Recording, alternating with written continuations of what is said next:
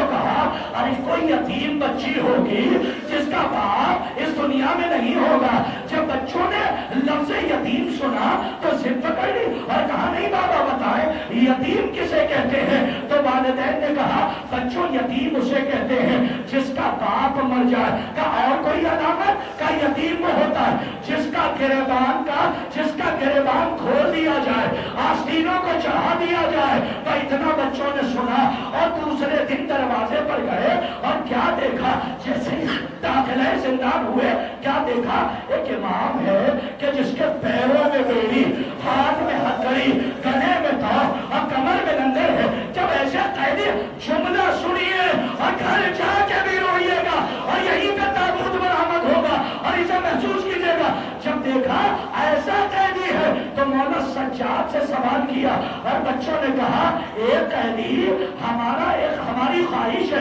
کہا کیسی خواہش ہے؟ کہ ہم یتیم دیکھنا چاہتے ہیں. اللہ جانے سجاد کے دل میں کیا گزری ہوگی, ہم یتیم دیکھنا چاہتے ہیں.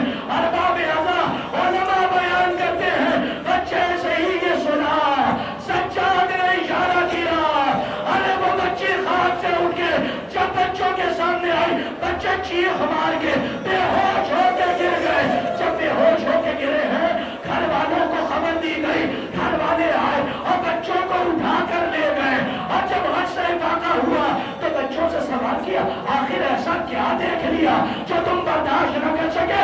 تو بچوں نے رو رو کے کہا بابا آپ نے کہا تھا ارے یتیم وہ ہوتا ہے جس کے گریبان کھولا جائے, جس کی آستینیں چلی جائیں. اے بابا ارے ہم نے یتیم کے زندان میں ایسی یتیمہ دیکھی جس کے کرتے کا دامن جلا ہوا تھا, چہرے پر تماچوں کے نشان تھے.